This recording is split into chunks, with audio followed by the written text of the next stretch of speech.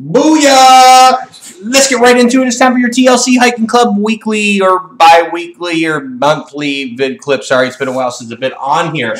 I had a motherboard fried here on the home computer, so until they diagnosed it, got the part under warranty, sent back, blah, blah, blah. It's taken a couple weeks. So it's been a while, y'all, since I've been on here. And so let's get right into it. I think last time I was on here, I was talking about the Santan hike that we were going to do. 17-mile complete loop of the full Santan Regional Park out in Queen Creek. Wonderful hike. Thanks to all those who attended that hike and you know, getting out of their comfort zone. You know, it's just one of those hikes that are, look, you know, hey, they're here in the valley. It's one of our parks that we have access to at our fingertips. Why not do it, right?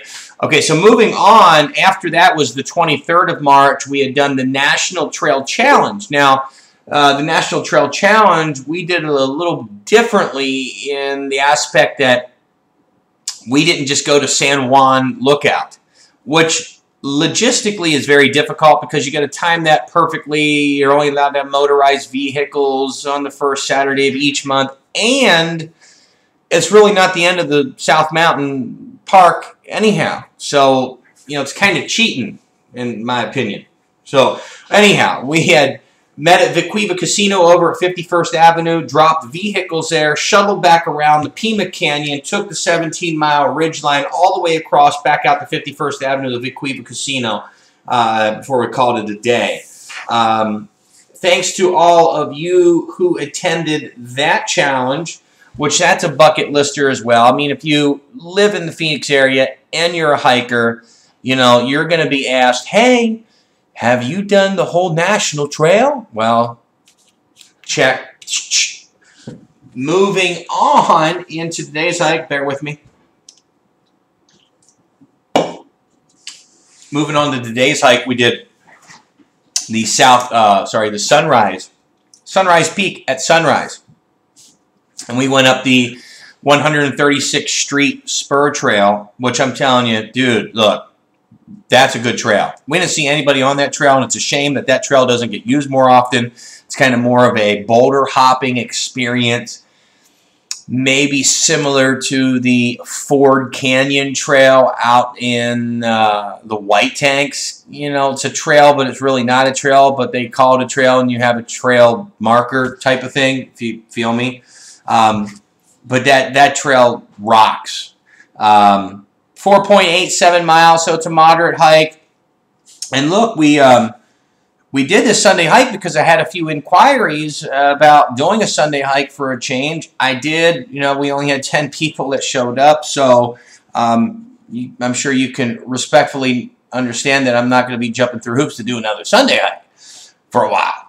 But thank you to all of you who did attend today. It was a great hike. You know, we did Sunrise Peak at sunrise, and, you know, that was some of the reasons why people didn't want to attend, because they thought it was too early, blah, blah, blah. And, you know, I don't do hikes that early that often.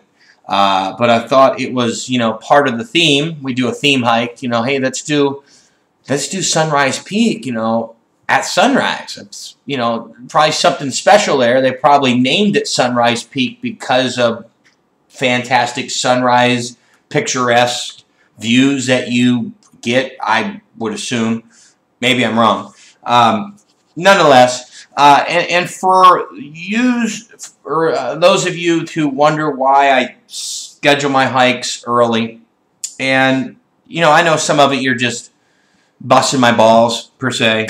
But there are reasons I schedule these hikes early rather than scheduling at a 9 a.m. or a 10 a.m. start. I mean, it's my duty to try to keep everybody as safe as possible, and there's several reasons.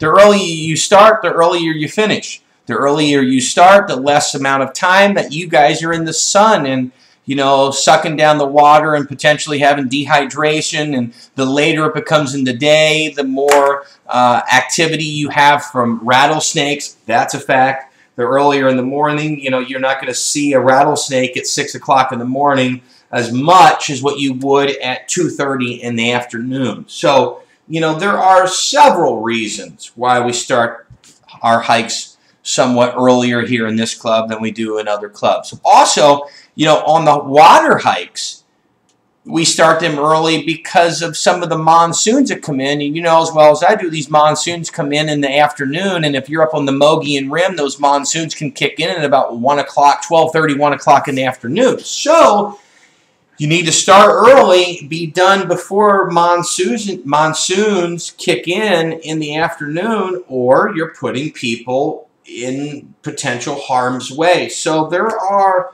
you know, there's a method behind the madness. It's more than just one reason or one person's desire on why we start our hikes early. So hopefully you can grow to understand that, because here's the thing: if you're part of the club, we want you to be part of the club, and we want you to come out. We want you to enjoy the hikes, enjoy our friendship and our camaraderie on the trail. And if it's too early for you, look, we just ask you maybe switch up your schedule a little bit. Go to bed a little earlier the next day and get up a little earlier and come out and enjoy us, because our mentality in this group is the more the merrier. We don't pull the ladder up from anybody. It's not, you know, Lord bless us for and no more club here. You know, we believe the more the merrier. And enough said with that. Move on. Next hike, April the 27th, Tank Verde Falls, first water hike of the season, kind of. I've been asked by several members, you know, that if I could do a water hike, it's more of a moderate hike rather than a difficult. Well, this is the perfect one. This is like, what, 3.5 miles round trip. And you guys know we do non-technical canyoneering, non-technical canyoneering adventures. So it's just some swimming, a little bit of boulder hopping, a little bit of climbing here and there. Nothing dramatic, nothing that you're going to need belays or rappelling gear or anything like that. So this hike down in Tucson. So for all of you that are, you know, usually doing some of our more difficult type of stuff, this is not going to be that. So I don't want you guys to be disappointed or bored. This has strategically been put on the schedule for, again, a couple different reasons. One, so I can satisfy some of the hikers that want to do some of the easier to moderate, you know, skilled hikes. And then two, it's a kind of a bucket lister as far as water hikes. It's a beautiful place. And, you know, so we're going to do it. We're going to put it, you know, on the list and put it on the bucket and check it off and move on. So that's 27th of April, Tank Verde Falls in Tucson. And moving on, May 18th. Dude, get your resumes, or sorry, your RSVPs in. I'm tired. I've been up early. I'm going to go take a nap. Get your RSVPs in for May 18th, the Flagstaff Extreme course. It's kind of a family style type of thing. Bring the kids. We're all staying at the Radisson up there. Well, I don't know about everyone, but you get the feel. So we're going to enjoy the day as a group at the Flagstaff Extreme course. I already got the reservations dialed in. And then, of course, later that night, we'll get some dinner, maybe have some drinks, you know, as a hiking club together. So another way to spend time with your friends. I think that's about it for now. I don't want to go too far into the summertime, but we got some wonderful adventures coming up, man. This is going to be an action-packed summer. Just kind of forewarn you. And I guess that's about it. We'll see ya.